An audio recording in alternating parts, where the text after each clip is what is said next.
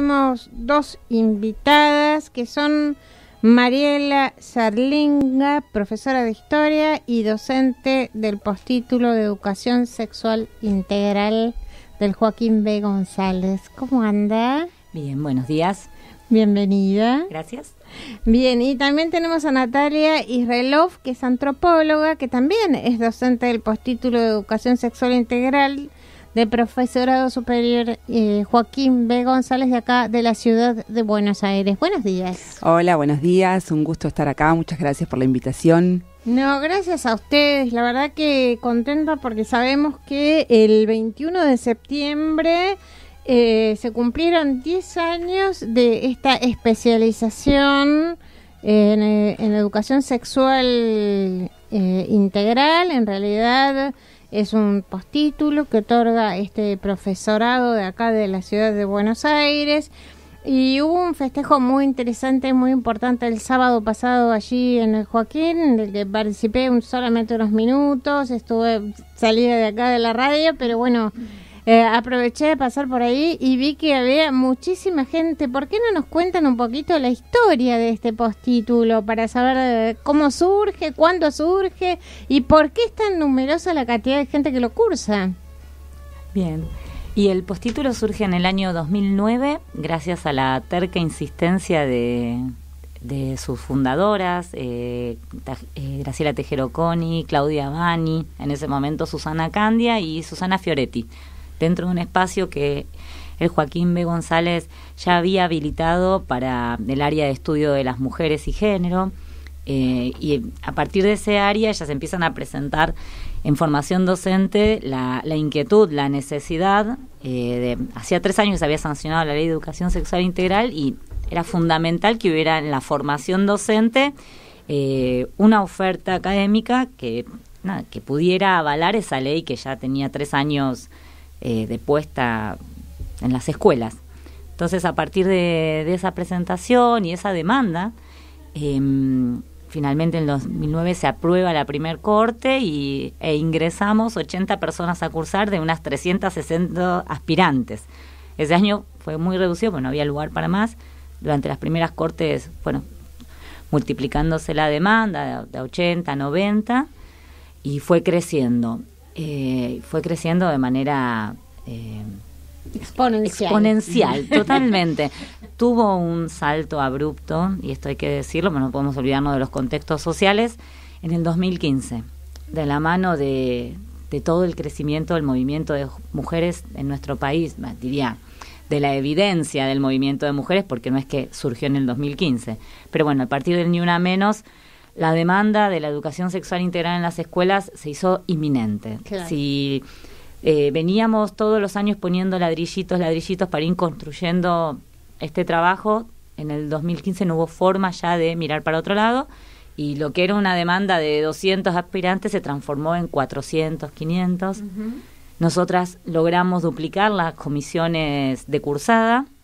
Entonces pasamos de cursar de 100 personas, pasamos a cursar 200, 240, 250 en aulas que la verdad que no están preparadas para esa cantidad de gente. Entonces eso implica un trabajo para nosotras bastante sobrehumano en algunos momentos.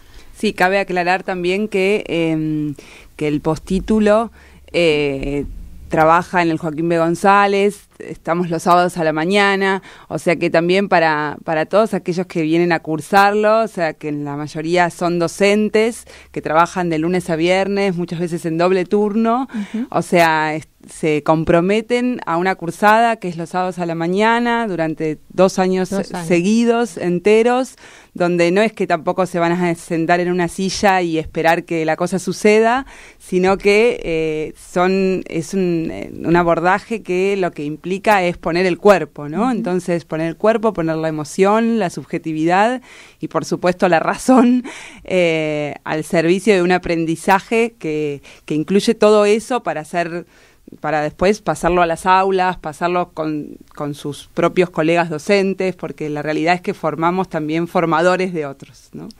Es decir, que cuando cualquiera de nosotras quisiera hacerlo, por ejemplo, estaríamos 2 años cursando. ¿Y cuál es la certificación que tendríamos al final del postítulo y para qué nos serviría, digamos? Perdón la palabra, ¿no? Pero está muy bien. Se reciben de especialistas en educación sexual integral, ¿sí? Especialistas docentes, claro, porque es una carrera que se da en un profesorado docente y, digo, para aplicar en la docencia en cualquier ámbito en el que trabajemos, ¿no? Tenemos una idea de que la educación sexual integral habita todos los espacios de relaciones humanas que habitamos. Entonces, la tarea de enseñaje o aprendizaje se puede dar en cualquier espacio. En educación formal, en educación no formal, en barrios, en comedores, en organizaciones sociales. En hospitales. Depende del postítulo, depende del Joaquín, depende del Ministerio de Educación. ¿Cuál es la situación de los docentes las docentes que están en este momento dando clase, por ejemplo? Esa es nuestra triste realidad. Dependemos de formación docente. Desearíamos profundamente ser planta funcional del Joaquín B. González, porque eso implicaría, por ejemplo, no estar precarizadas. Nosotras tenemos contratos de alta y baja todos los años y eso implica que trabajamos desde febrero, pero empezamos a cobrar en julio o agosto nuestros saberes, porque tardan las altas, siempre hay alguna que demora más que otra, entonces a veces cobramos todas en julio, pero alguna compañera cobra en octubre. No cobramos vacaciones, aguinaldo, no tenemos derecho a licencias. Entonces, estamos en una situación bastante precarizada. Somos el único postítulo de Joaquín que no está en la planta funcional y eso da una sensación de incertidumbre bastante grande, a pesar de que cumplimos 10 años, o sea, no es el primero ni el segundo año de prueba, no solo cumplimos 10 años, sino que vamos por los 800 inscriptos, o sea, 800 personas que han pasado por nuestras aulas. ¿Y cuántos inscriptos tuvieron este año? ¿Cuántos vacantes que tenían y cuántos quedaron afuera? Porque esta es interesante. Hace 3 años que estamos en una situación de un promedio de 500 inscriptos. Nosotros podemos albergar 240 gracias a la predisposición de un equipo de trabajo increíble, porque no debería ser esa la cantidad de gente que ingresa, y o sea que entran 250 personas cada año, y el último año quedaron 600 afuera. Ingresaron 250 y 600 quedaron en lista de espera, de además no sabemos qué cosa, porque como renovamos este año, tiene que renovarse este año el postítulo, tampoco sabemos cómo va a ser la posibilidad el año que viene. Sí, la gente este año fue impresionante porque las personas que se fueron a anotar fueron tempranísimo, como si fuera, digamos, o sea, la precariedad de, no sé, conseguir el turno en un hospital, bueno, así, a ese nivel de... fueron muy temprano y no sé, a las 7, 8 de la mañana ya no habían quedado cupos. O sea, esto da cuenta un poco del reflejo de la necesidad de abordar estos temas, porque digamos, más allá del halago, entre comillas, que puede llegar a ser que tanta gente quiere ir al Joaquín, digamos, me parece que da cuenta de que tiene que haber más espacios acerca de claramente toca el nervio de una necesidad, digamos, que tiene que ver con la formación docente, sí, en educación sexual integral, con la necesidad de docentes que se ven en las aulas con problemáticas que no saben cómo abordarla, o no tienen las respuestas, o no tienen la formación, o le generan más preguntas, y la necesidad también de espacios colectivos para construir estas respuestas, ¿no? O sea, de que las respuestas no se construyen solos en el aula, ni solos en su casa pensando lo que trajeron de la escuela. Y lo poco que uno ha tenido en su formación original al respecto, más allá de lo que uno, digamos, ha tenido por parte de su familia o no, digamos, o el acercamiento por alguna conducción de una escuela que por ahí tenía como una apertura hacia estos temas, pero en general hay como un desconocimiento muy grande y entonces, en pos de eso se hace cualquier cosa. E incluso si nosotras trabajando todas las semanas en otros ámbitos donde trabajamos educación sexual integral, suelen ser ámbitos de formación docente también, cuando hacemos dinámicas en las que preguntamos, bueno, de las presentes, ¿quién tuvo educación sexual integral en su escuela secundaria? A pesar de que la ley cumplió 13 años, son muy pocos. O sea, personas que egresaron hace 2, 3, 4 años de la escuela secundaria no han tenido todavía ESI. Formación docente sigue teniendo esta deuda. Por otro lado, se hicieron los concursos, en un montón de profesorados está ya oficializada la materia. Joaquín, de hecho, es quien tiene en todas sus carreras concursada la materia, pero dura un cuatrimestre, son 2 horas semanales. Y digo, cuando ustedes hablaban recién de la formación docente, digo, en un momento en el que estamos de embate contra la UNICABA, por ejemplo, y donde el discurso sobre la docencia es: no quieren trabajar, no les importa, solo quieren aprovechar sus vacaciones, no tienen el nivel que merece una formación seria. Nosotros estamos desbordadas de gente que quiere venir a cursar 2 años los sábados por la mañana. No suena muy cómodo. Digo, como se da así, como de cara contra la realidad que quieren pintar sobre la realidad de las y los docentes. Que están, digo, de hecho, la Ley de Educación Sexual Integral ha sido motorizada en gran parte por la demanda docente en aquel momento, digo, desde el 2002, 2003, con otras leyes, y luego cuando se pudo sancionar en el 2006. Porque además la problemática se ve concretamente en el aula. No es que, bueno, si alguna vez te pasa algo, entonces, bueno, tenés una herramienta más porque hiciste el postítulo. No. Ahora ya, en este momento, desde inicial, porque tampoco es que es solamente en la secundaria. Eso es muy interesante. La ley prescribe que la educación sexual integral es un derecho para las alumnas y los alumnos desde el nivel inicial hasta la formación docente. Hay una idea, un paradigma con el que todavía nos estamos tratando de discutir, que es este paradigma que ata a la sexualidad a un sinónimo de relaciones sexuales. Claro. Te propongo que lo abordemos después de un temita musical, porque nos interesa particularmente ampliar esta mirada de lo que es la educación sexual integral, ¿sí? Perfecto. Bueno, vamos a un tema de jazz. Seguimos acá charlando con Mariela Serlinga y Natalia Israelov acerca del postítulo que se dicta en el Instituto Superior de Profesorado Joaquín B. González de Educación Sexual Integral, y estábamos hablando acerca de los contenidos que tiene este programa que ustedes desarrollan allí ya hace varios años. ¿Por qué no nos cuentan? Sí, bueno, estábamos recién diciendo esta idea tal vez todavía arraigada en el sentido común, en la gente, de que la sexualidad es igual a relaciones sexuales, y que entonces hacer educación sexual integral es incentivar a los niñas a tener su primera relación sexual.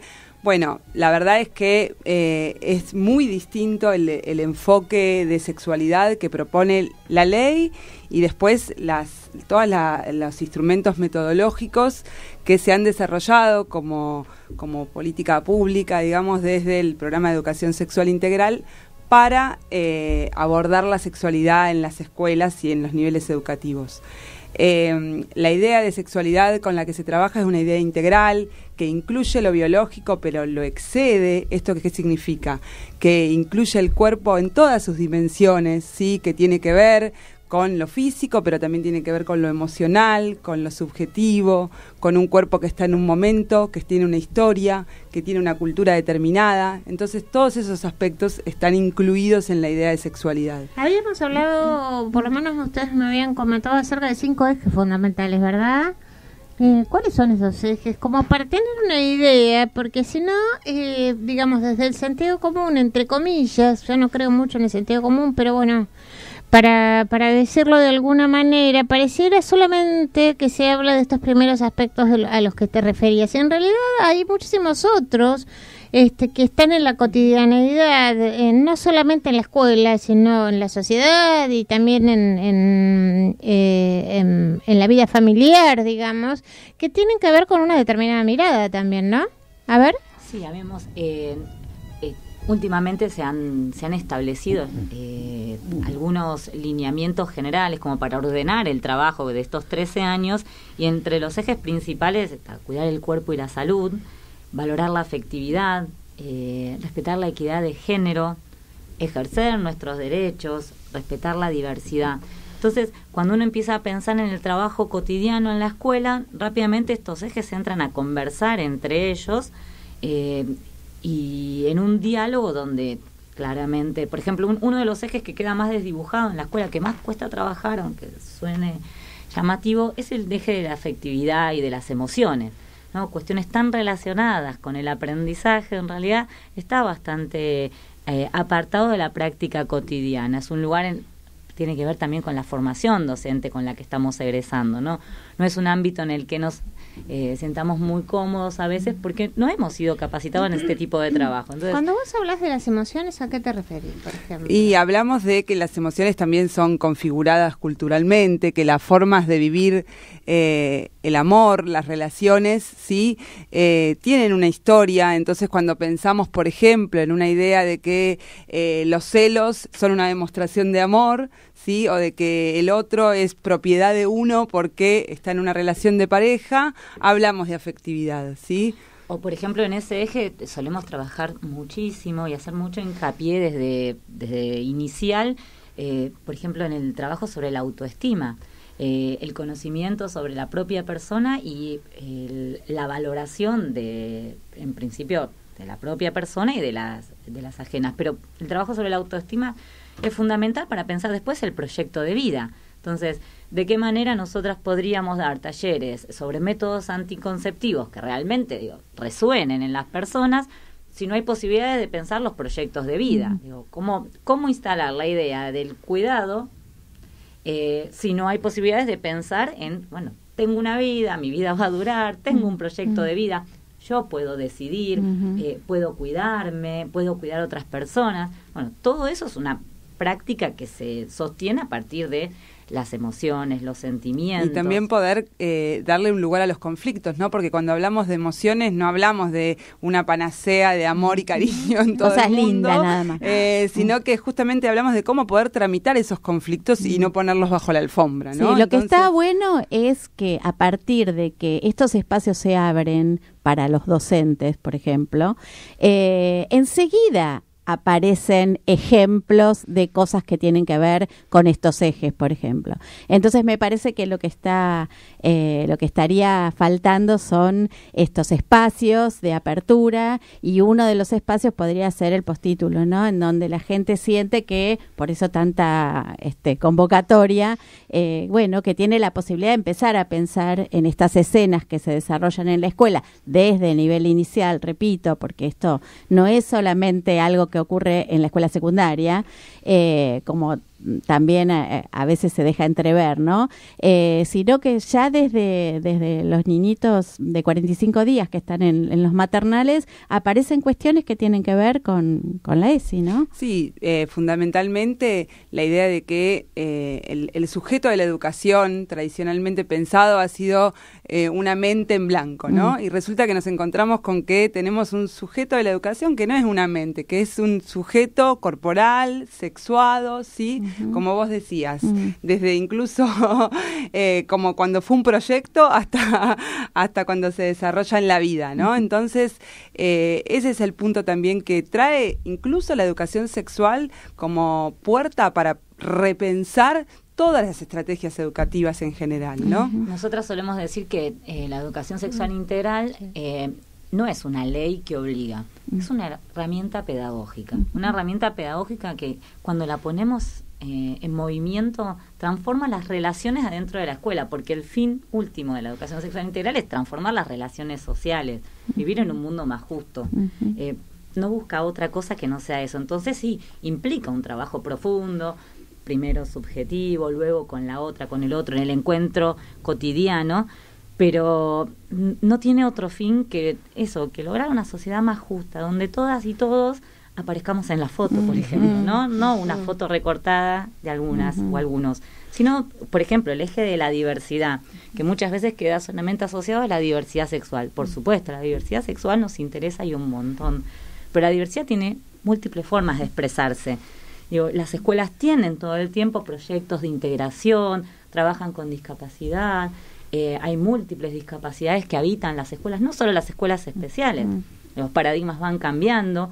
Y incluso la diversidad cultural, digo, ¿no? Venimos con libros de historia que nos siguen diciendo que hubo un descubrimiento de América, nacidos de los barcos, y la realidad es que nuestra sexualidad es una sexualidad colonizada, y de eso también hay que poder hablar en las escuelas cuando hablamos de historia, ¿no? Y hablando de hablar, queremos saber cuál es la síntesis que pudieron hacer sus alumnos, algunos de sus alumnos que han cursado el postítulo de ESI allí en el Joaquín B. González. Vamos a escuchar algunos testimonios. De la ESI aprendí muchísimas cosas.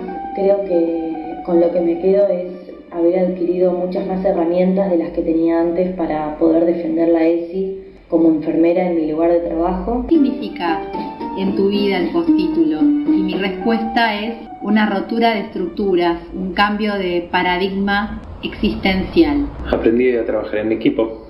Es necesario que cada institución tenga un equipo, más allá de que sea transversal y que en cada área debería estar funcionando la ESI. En el postítulo aprendí sobre todo a perder el miedo, me dio mucha confianza y una base teórica sólida y potente sobre la cual poder construir mis prácticas. Con la ESI aprendí a ponerle nombre a un montón de cosas que me pasaron en su momento.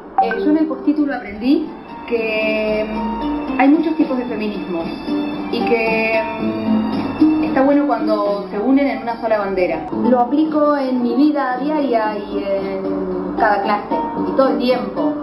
Aprendí a mirar con perspectiva de género y lo aplico en todo porque es como un filtro para mirar la vida nuevamente. Ya no hay vuelta atrás. El postítulo de ESI me abrió la cabeza. Me sentí reflejada en muchos textos. Parecía que hablaban de mí.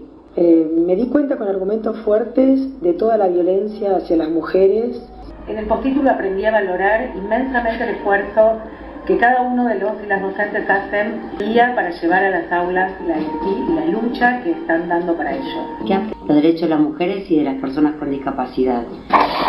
Lo aplico en mí todo el tiempo, en mi pareja, en la relación con mi pareja, en la crianza de mi hija, el patriarcado que alguna vez se va a caer. Que aprendí lo aplico en los talleres y capacitaciones que doy junto a mis compañeras, con las cuales formé un equipo de tejedoras de saberes. Hermoso aprendizaje colectivo donde compartimos todo lo aprendido. En el postítulo aprendí, entre otras muchas cosas, a reconocer y desnaturalizar muchos mandatos sociales y que están claramente atravesadas por la dimensión de género. Ya no soy la misma. Una vez que te das cuenta de las cosas, ya cambia todo. Abrí los ojos. Escuela, en mi casa, en la calle, en relación con los otros. Es más, uno termina evangelizando, hablando de la ESI con los amigos y mostrándole la realidad. Eso, te abre la cabeza. Siempre supe que hay mensajes, que hay mandatos, estrategias que tratan de dirigir y hegemonizar absolutamente todo, pero también sé y siempre supe que hay comunidades que tienen herramientas para poner en discusión todos esos mandatos y transformarlos en otras cosas. Esas herramientas me las dio el postítulo. Yo lo aplico todos los días, escuela, en la vida cotidiana. Espero que este cambio también ocurra en muchas otras personas que puedan tener acceso a la educación gratuita y de calidad como ofrece el Joaquín B. González con el postítulo en educación sexual integral. Lo aplico todos los días, he conseguido un montón de trabajo gracias a esta formación, así que gracias compañeras, mis deseos para que siga siendo gratuita, de calidad.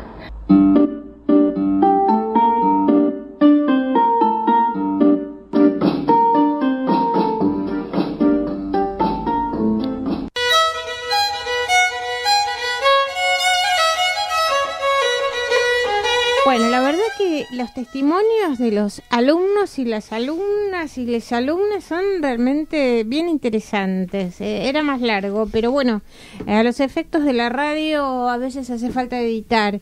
Y creo que las conclusiones a las que ellos han llegado son realmente estupendas, ¿no?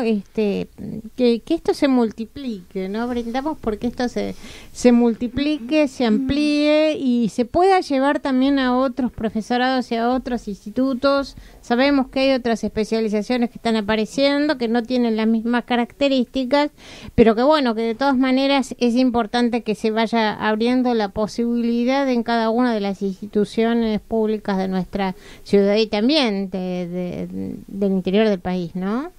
Sí, creemos que es fundamental que todos los institutos de formación docente puedan replicar, puedan tener su propia su propia formación, porque no hay una demanda enorme y es un compromiso que deben tomar, poder llevar adelante un trabajo así.